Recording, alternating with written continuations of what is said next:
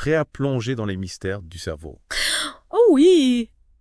Aujourd'hui, on explore Votre cerveau est extraordinaire. Un livre fascinant par Fabien Olicard. Un mentaliste français as. Oui, et son livre, c'est un peu comme un guide pour débloquer les pouvoirs cachés de notre esprit, 50 astuces et techniques de mentalisme. pour améliorer notre mémoire, notre créativité et même décrypter les pensées des autres laits. Enfin, presque celle-là. Le mentalisme, ce n'est pas de la magie noire. Ah, bah non. Non, c'est plutôt une science du cerveau appliquée de manière astucieuse. Comme un hacker qui utilise le code pour contrôler un ordinateur. Exactement. Le mentaliste utilise les mécanismes de la pensée pour créer des illusions. Des illusions. Ça a l'air un peu effrayant quand même, Dabreux. Rassurez-vous, Olicard est très clair sur l'éthique. Hein, tant mieux. Il nous met en garde contre l'utilisation malveillante de ces techniques. Oui, on ne veut pas transformer nos auditeurs en manipulateurs diaboliques. Le but, c'est de s'amuser, d'apprendre et de comprendre le fonctionnement de notre propre esprit. C'est rassurant en deux. Alors, par quoi on commence à y est? Alors un exemple qui m'a vraiment intrigué. Influencer le choix d'une personne avec des mots. Ah, bon, c'est possible ça. Figurez-vous qu'on peut subtilement orienter le choix de quelqu'un en utilisant des mots précis. Des mots. Oui, des répétitions, des intonations particulières. C'est un peu comme de l'hypnose. Un peu le principe de l'hypnose conversationnelle, oui. Attendez, vous voulez dire qu'on peut manipuler les gens sans qu'ils s'en rendent compte? Pas vraiment manipuler, plutôt suggérer. Prenons l'exemple du choix d'une pièce de monnaie. D'accord. Si vous proposez 3 pièces à quelqu'un et que vous répétez le mot 1 en insistant sur l'unicité du centime, Oui, vous augmentez les chances qu'il choisisse le centime. c'est incroyable. Mais comment ça marcherait? On utilise des mots pour créer des images dans l'esprit de la personne et l'orienter vers un choix précis. Fascinant, mais un peu effrayant aussi. N'ayez crainte, le but c'est de comprendre les mécanismes, pas de les utiliser à des fins malhonnêtes. Ouf. Alors, passons à un autre sujet. La mémoire. Ah oui, la mémoire est un sujet crucial. Surtout avec l'âge, Olicard a-t-il une potion magique pour éviter les trous de mémoire? Pas de potion magique, mais une technique très efficace. La table de rappel. La table de rappel, c'est quoi ce nom étrange? C'est une méthode pour transformer des chiffres abstraits en images concrètes et faciles à mémoriser. On dirait un cours de dessin, pas de mentalisme. L'idée, c'est d'associer chaque chiffre de 0 à 9 à une image qui vous parle. Ah, d'accord. Par exemple, le 2, ça pourrait être l'image de vos deux parents. Intéressant. Le 7, l'image d'un nain de jardin, car il y a 7 nains dans Blanche-Neige. Ah oui, je comprends, Vasper. On crée un code personnel pour notre mémoire. Exactement. Olicard donne plein d'exemples dans son livre pour illustrer la méthode. Et ça marche vraiment, né. Oui, il explique comment mémoriser une liste de courses, un numéro de téléphone, un discours. Tout ça avec la table de rappel. Waouh. C'est comme avoir une mémoire photographique, Myriam. Mais dites-moi, avec cette technique, est-ce qu'on peut aussi devenir un as des maths? Eh bien, figurez-vous qu'Olicard propose aussi des techniques étonnantes pour faire des calculs mentalement sans calculatrice. Sans calculatrice. Ah, bravo. Vous voulez dire qu'on va devenir des ordinateurs humains? Presque quoi. Il explique par exemple comment extraire la racine carrée d'un nombre mentalement. La racine carrée, c'est un peu abstrait tout ça. Vous pouvez nous donner un exemple concret? Bien sûr. Imaginons qu'on veuille calculer la racine carrée de 289. D'accord. Olicard nous dit d'abord d'isoler les chiffres à gauche de la dizaine, ce qui nous donne 2. Ensuite, on cherche le plus grand carré parfait inférieur à 2, ce qui nous donne 1. La racine carrée de 1 étant 1, on sait que la dizaine de notre racine carrée sera 1. D'accord. Et après? Pour l'unité, on regarde le chiffre des unités du nombre dont on cherche la racine carrée. Donc 9 et 9. Exactement. On cherche ensuite quel carré parfait se termine par 9. Et c'est 3 au carré qui donne 9. Bravo! Donc l'unité de notre racine carrée sera 3. Et on assemble la dizaine et l'unité, ce qui nous donne 13. C'est bluffant. La racine carrée de 289 est bien 13. On dirait de la magie. Pas de magie, juste une technique bien maîtrisée. Avec un peu d'entraînement, vous pourrez le faire en quelques secondes. Impressionnant, vieux. Dites-moi, est-ce qu'Olicard nous apprend aussi à lire dans les pensées des gens? Pas à lire dans les pensées, mais à décoder les micro-expressions. Les micro-expressions N1, c'est quoi ça? Ce sont des expressions faciales très rapides qui révèlent nos vraies émotions. Ah bon. Même si on essaie de les cacher, ami. Oui, elles sont souvent involontaires. C'est intéressant, ça. Olicard nous explique que ces micro-expressions sont universelles, les mêmes pour tous les humains. Vraiment. C'est un peu comme un langage universel des émotions, quand même. Exactement. Olicard s'appuie sur les travaux de Paul Ekman, un pionnier dans ce domaine. Je ne le connais pas. Il a beaucoup étudié les micro-expressions. Olikar nous explique comment les reconnaître, les interpréter. Pour mieux comprendre les gens. Oui, c'est un outil puissant pour la communication. Alors, on peut apprendre à contrôler ces micro-expressions. Devenir un maître du poker face ISO. C'est plus difficile qu'il n'y paraît. Elles sont souvent inconscientes. Ah, d'accord, mais bon, c'est tentant de pouvoir décoder les pensées des gens. C'est vrai que ça peut être utile dans beaucoup de situations. En négociation, par exemple. Oui, en séduction, en communication. Un véritable super pouvoir, Val. Attention, la lecture non verbale n'est pas une science exacte. Oui, bien sûr. Il faut être prudent dans nos interprétations. On ne va pas accuser nos amis de mentir juste parce qu'on a vu une micro-expression bizarre. Voilà. Le but, c'est de mieux comprendre les autres, pas de les juger. C'est bien clair. Iska, mais dites-moi, Olikar nous donne-t-il aussi des conseils pour booster notre créativité? Oui, absolument. Il y a toute une section consacrée à la créativité. Super. Il nous explique comment sortir des sentiers battus, générer de nouvelles idées. Génialement. J'ai parfois l'impression d'avoir un cerveau en panne d'aspiration. Watu Olikar nous donne des conseils très pratiques pour stimuler notre créativité. Par exemple, Eyeuge. Changer de point de vue, sortir de sa zone de confort, s'inspirer de domaines différents. Des choses concrètes, quoi. Exactement. Il encourage aussi à expérimenter, à tester de nouvelles choses. Un appel à l'aventure pour notre cerveau. Tout à fait. L'idée, c'est de réveiller notre créativité en sortant de nos routines. C'est une excellente idée. Mais dites-moi, est-ce que ces techniques de créativité fonctionnent vraiment? Y a-t-il des preuves? Olikar s'appuie sur des études scientifiques et aussi sur sa propre expérience. Ah oui, c'est vrai qu'il est mentaliste professionnel. Exactement. Il explique que la créativité n'est pas un don, mais une compétence qu'on peut développer. C'est encourageant, on peut tous devenir des génies créatifs.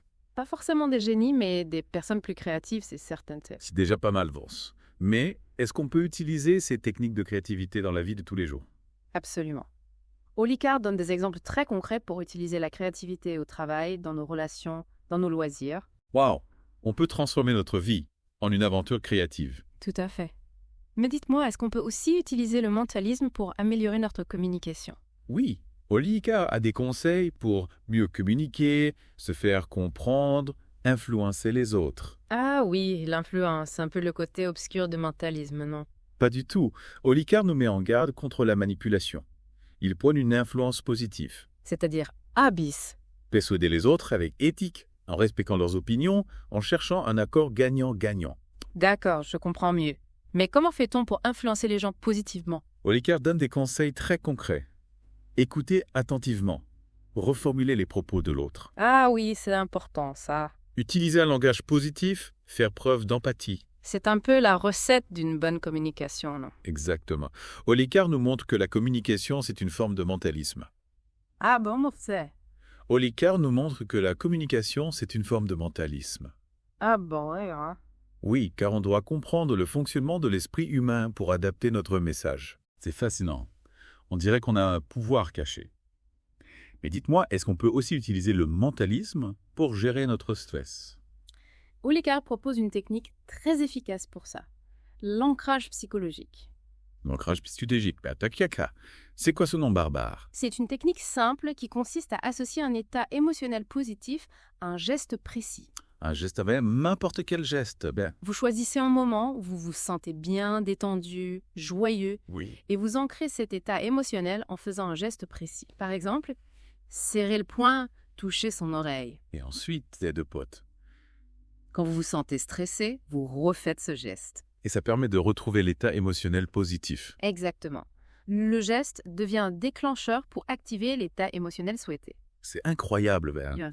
On dirait une télécommande pour nos émotions. Mais est-ce que ça fonctionne vraiment? Oui, ça s'appuie sur la programmation neurolinguistique, PNL. La PNL. J'en ai entendu parler, mais je ne sais pas trop ce que c'est. C'est une approche qui étudie la relation entre le langage, la pensée et le comportement. Ah, d'accord. Et l'ancrage psychologique, c'est une technique de PNL. Le cerveau associe le geste à l'état émotionnel positif. Et on peut le réactiver à volonté. Exactement. C'est génial, hein? On peut se programmer pour être heureux. Mais dites-moi, est-ce qu'on peut aussi utiliser le mentalisme pour faire des rêves lucides? Olikar a des conseils pour ça aussi. Des rêves lucides, c'est quoi exactement? Ce sont des rêves où on est conscient de rêver. Ah oui, j'en ai déjà fait. C'est assez étrange comme sensation. Olikar nous donne des techniques pour prendre conscience qu'on rêve pendant le rêve. Et pour contrôler le rêve. Oui, pour contrôler le scénario, explorer notre inconscient. Waouh! C'est comme devenir le réalisateur de ses propres rêves. Mais est-ce que c'est dangereux? Pas du tout, Olikar nous rassure. Les rêves lucides sont parfaitement sains. Tant mieux. Ils peuvent même être bénéfiques pour notre créativité et notre bien-être. C'est une aventure fascinante, non? Mais guide-moi, est-ce que Olikar nous donne aussi des conseils pour mieux apprendre? En veille et de soi. Pour mémoriser plus facilement. Absolument. Il y a plein de techniques de mémorisation. Comme la table de rappel dont on a parlé tout à l'heure. Oui, mais aussi le palais mental, la mnémotechnique, le système PL. Le palais mental, c'est quoi ça? Imaginez un lieu que vous connaissez bien. Votre maison, par exemple. D'accord. Vous allez utiliser ce lieu comme un support pour mémoriser des informations. Comment ça, les... Vous allez identifier des spots dans ce lieu, des pièces, des meubles. Oui. Et vous allez associer chaque information à un spot précis. Par exemple? Si vous voulez retenir votre liste de courses, vous pouvez associer chaque article à une pièce de votre maison. Ah oui, je vois. Et comment on fait pour se souvenir de la liste ensuite? Vous faites une promenade mentale dans votre maison et vous visualisez les images que vous avez créées. Génial, C'est comme un jeu de piste dans notre propre tête, là. Exactement. Oh, Plus les images sont insolites, mieux on les retient. d'accord, c'est bien compris. Mais, dites-moi, Olikar nous apprend, dit-il aussi, à retenir des choses plus sérieuses, des dates historiques, des formules scientifiques. Oui, le palais mental peut être utilisé pour toutes sortes d'informations. Waouh! C'est un outil incroyable pour organiser notre mémoire, Laurent. Tout à fait. Mais dites-moi, est-ce qu'Olikar nous apprend aussi à apprendre des langues étrangères? Oui, il a des techniques pour apprendre les langues plus facilement. Des techniques miracles? On va pouvoir parler chinois couramment en 3 jours. Pas de miracle, mais des techniques qui s'appuient sur le fonctionnement du cerveau. Ah, d'accord. Il utilise beaucoup la mémoire visuelle, les associations d'idées. C'est intéressant, ça. J'ai toujours eu du mal à apprendre les langues étrangères. Avec les techniques d'Olikar, ça devient plus facile et plus amusant. C'est super réalieux. Mais dites-moi, est-ce qu'il nous apprend aussi à lire plus vite? Oui, il a une technique de lecture rapide. La lecture rapide. On va pouvoir lire un roman entier en 1 heure. Pas aussi vite, mais Olikar nous explique comment supprimer la subvocalisation. La subvocalisation. C'est la petite voix dans notre tête qui lit chaque mot. Ah oui, je vois. Et en supprimant ça, on lit plus vite. Exactement. On apprend aussi à élargir notre champ visuel, à repérer les mots-clés. Intéressant. Mais est-ce qu'on comprend bien ce qu'on lit quand on lit aussi vite? Olikar nous dit que oui, car on se concentre sur l'essentiel. C'est génial. On peut donc lire plus vite et mieux comprendre Who is it? Mais dites-moi, est-ce qu'Olikar nous apprend aussi à mieux gérer notre temps? Oui, il a des conseils pour mieux s'organiser, prioriser ses tâches. Ah, l'organisation, c'est mon point faible. J'ai toujours l'impression de courir après le temps. Olikar nous explique comment utiliser des outils simples, des listes, des agendas. Oui, c'est vrai que ça peut aider à mieux s'organiser. Il donne aussi des conseils pour éviter les distractions, déléguer certaines tâches. C'est une bonne idée. Mais dites-moi, est-ce qu'Olikar nous apprend aussi à prendre de meilleures décisions? Oui, il a des techniques pour prendre des décisions plus éclairées, plus rationnelles. Ah oui? Et comment ça marche? Il nous apprend à analyser les situations, à peser le pour et le contre. À réfléchir avant d'agir, quoi. Exactement. Et aussi à identifier nos biais cognitifs. Nos biais cognitifs, c'est quoi ça? Ce sont des erreurs de jugement que notre cerveau a tendance à faire. Ah, d'accord. Olikar nous donne des clés pour identifier ces biais et les éviter. C'est super utile, ça. Mais dites-moi, est-ce qu'Olikar nous apprend aussi à être plus heureux? Oui, il a des conseils pour développer notre gratitude, notre optimisme. C'est important, ça. J'ai parfois l'impression d'être un hamster qui court dans une roue. Olikar nous aide à prendre conscience des choses positives dans notre vie. Et à se concentrer sur l'essentiel. Exactement. C'est une bonne philosophie. Bah. Mais dites-moi, est-ce qu'Olikar nous apprend aussi à mieux dormir, Vari? Oui, il a des conseils pour se détendre, éviter les insomnies. Ah bon sang. Moi, j'ai souvent du mal à m'endormir. Olikar nous explique l'importance d'un rituel du coucher, d'éviter les écrans avant de dormir. C'est vrai que les écrans, ce n'est pas idéal avant de dormir. Il conseille aussi des exercices de respiration pour se relaxer. C'est une bonne idée, Rolpois. Et il parle aussi de l'alimentation, de l'exercice physique. C'est un programme complet pour mieux dormir. Mais dites-moi, est-ce qu'Olikar nous apprend aussi? Attendez. On va peut-être faire une pause avant de passer en revue toutes les 50 techniques du livre Utal. Oui, vous avez raison. On a déjà exploré pas mal de choses. On reprendra notre exploration dans la prochaine partie de ce deep dive. D'ici là, n'hésitez pas à tester les techniques qu'on a abordées aujourd'hui. Et surtout, N'oubliez pas, votre cerveau est extraordinaire. À très bientôt pour la suite de nos aventures mentales. On reprend notre exploration du cerveau avec Fabien Olécart, prêt pour de nouvelles aventures mentales. Oh oui, j'ai hâte de découvrir d'autres secrets de notre cerveau extraordinaire. On parlait de techniques de mémorisation avant la pause, vous vous souvenez? Oui, la fameuse table de rappel. Avez-vous essayé de créer vos propres associations? J'avoue que j'ai un peu de mal à visualiser des images pour chaque chiffre. Par exemple, j'ai essayé d'associer le chiffre 5 à une image de 5 saucisses grillées, mais je ne suis pas sûre que ça m'aide beaucoup à me souvenir de mon code de carte bleue. C'est normal, il faut trouver des associations qui vous parlent vraiment, qui sont ancrées dans vos souvenirs. Olicard propose d'autres techniques, comme la mnémotechnique. Vous savez, ces petits trucs mnémotechniques qu'on utilise pour retenir des listes, des dates. Ah oui, mais où est donc Ornicard pour se souvenir des conjonctions de coordination? C'est vrai que c'est assez efficace. Exactement. Yeah. Olicard en propose plein d'autres, parfois drôles, parfois absurdes, mais toujours efficaces. Par exemple, pour se souvenir de l'ordre des planètes du système solaire, il propose la phrase « Mon vieux, tu m'as jeté sur un nuage ». Mon vieux, tu m'as jeté sur un nuage. C'est original. Chaque première lettre correspond à une planète eau. Mercure, Vénus, Terre, Mars, Jupiter, Saturne, Uranus, Neptune. C'est astucieux. C'est plus facile de retenir une phrase rigolote qu'une liste de noms barbares. Mais dites-moi, est-ce qu'il y a des techniques de mémorisation encore plus puissantes? Parce que moi, j'ai parfois l'impression d'avoir un trou noir à la place du cerveau sexe. Accrochez-vous bien, on arrive au palais mental. Le palais mental sonne un peu mystique. Imaginez un lieu que vous connaissez par cœur. Votre maison, un musée, un décor de film. L'idée, c'est de placer mentalement les informations que vous voulez retenir dans différents endroits de ce lieu.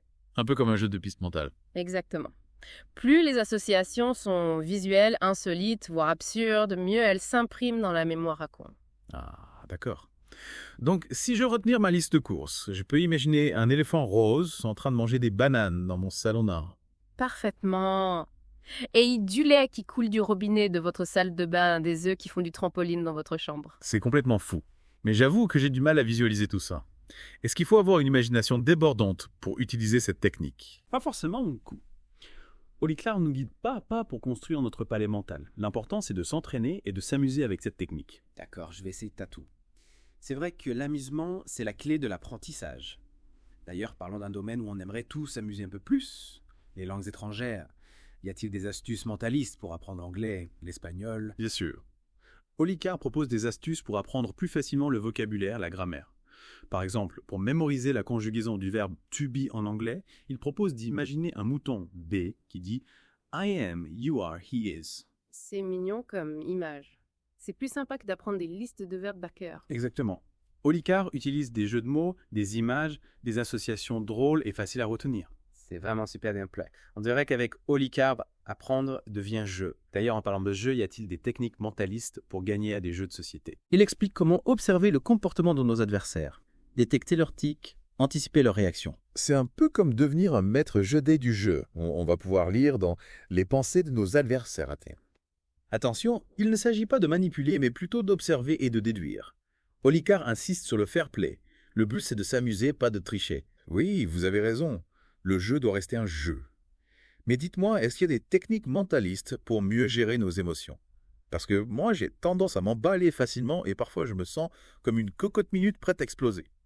Bonne nouvelle V.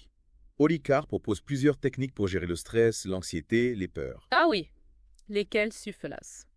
On a déjà parlé de l'ancrage psychologique, mais il y a aussi des exercices de respiration, de visualisation, de relaxation. Ah oui, la visualisation.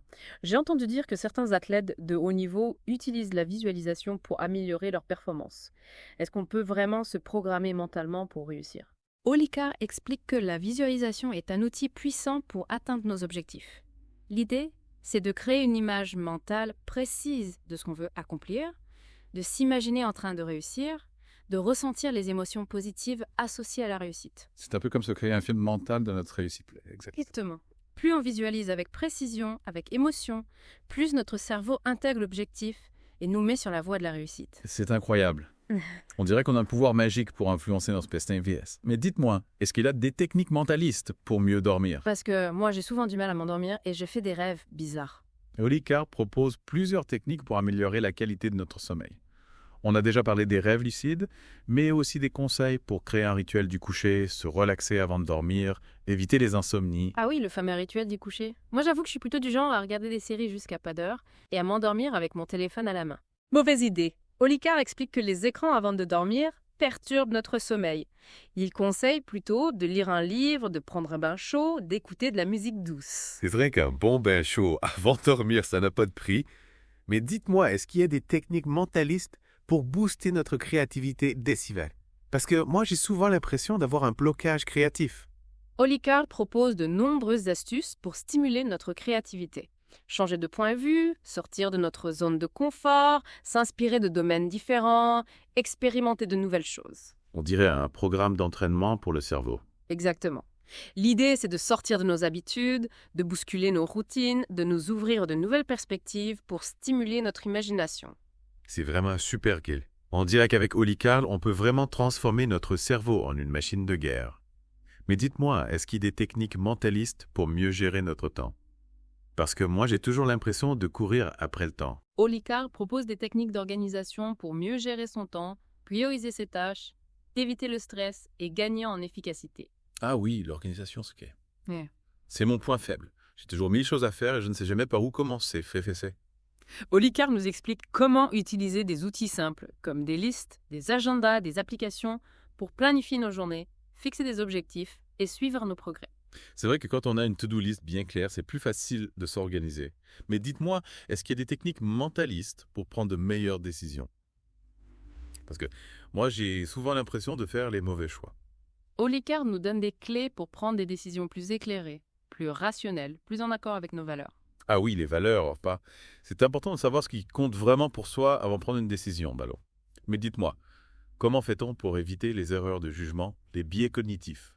Olicard nous explique comment identifier nos propres biais, comment prendre du recul, comment analyser les situations de manière objective avant de prendre une décision. C'est un peu comme devenir un expert en prise de décision. Exactement. L'idée, c'est de développer notre esprit critique, de ne pas se laisser influencer par nos émotions et de prendre des décisions qui sont vraiment en accord avec nos besoins et nos objectifs. C'est vraiment super idée. On dirait qu'avec Olicard, on peut vraiment devenir des super-héros du quotidien. Mais dites-moi, est-ce qu'il y a des techniques mentalistes pour... Attendez, je crois qu'on a encore beaucoup de choses à explorer. Oui, vous avez raison. Ça y est, on va faire une petite pause et on reprendra notre exploration du cerveau extraordinaire dans la 3e partie de ce deep dive. D'ici là, n'oubliez pas, votre cerveau est une machine formidable. Il suffit d'apprendre à l'utiliser. À très bientôt pour la suite de nos aventures mentales. De retour pour la dernière partie de notre deep dive. Alors, prêt à débrider notre cerveau extraordinaire? Oui, on a gardé le meilleur pour la fin. Aujourd'hui, on explore les techniques de communication et d'influence. L'influence, Paul. Ça me fait un peu peur, savez. On ne veut pas devenir des gourous manipulateurs. Rassurez-vous, Olicard insiste beaucoup sur l'éthique. Pas question de manipuler les gens. Il s'agit plutôt d'utiliser l'influence positivement pour améliorer nos relations. Ah oui, c'est mieux c'est. Mais comment on fait pour être plus persuasif, convaincant au réveil? Il n'y a pas de formule magique. Mais Olicard nous explique comment utiliser le langage corporel, l'intonation de la voix, le regard. Ah oui, le langage corporel, c'est très important. Un regard franc, une posture ouverte. Exactement. Et aussi l'écoute active, montrer à l'autre qu'on l'écoute vraiment. Ça, c'est l'essentiel pour créer un climat de confiance. Tout à fait. Olicard nous donne aussi des conseils pour utiliser des arguments percutants, adapter notre discours à notre interlocuteur. C'est un peu comme devenir un art de la communication. Mais dites-moi, est-ce que Olicard parle aussi de la gestion du stress? Bien sûr. Il consacre une bonne partie du livre aux techniques de gestion du stress et des émotions. Ah, ça m'intéressait. J'avoue que je suis plutôt du genre stressé. Olicard propose différentes techniques. On a déjà parlé de l'ancrage psychologique. Oui, c'est une technique intéressante. Mais il y en a d'autres, Oui, il parle beaucoup de la respiration, de la relaxation musculaire, de la méditation. Ah oui, la respiration. C'est vrai que quand on est stressé, on oublie de respirer. Exactement. Olicard nous explique comment utiliser la respiration pour calmer notre corps et notre esprit. C'est simple et efficace. Tout à fait. Il nous encourage aussi à prendre du temps pour nous relaxer. C'est important de savoir déconnecter, surtout dans notre monde hyperactif. Mais dites-moi, est-ce que Olicard parle aussi de la confiance en soi? Oui, bien sûr. Il consacre même un chapitre entier à la confiance en soi. Super bête. Parce que moi, j'ai souvent tendance à douter de moi. Olicard nous donne des conseils pour identifier nos forces, nos talents, nos réussites. Ah oui, c'est important de se rappeler nos succès. Exactement. Il nous encourage aussi à nous fixer des objectifs réalistes, à célébrer nos victoires. Et à apprendre de nos erreurs. Bien sûr!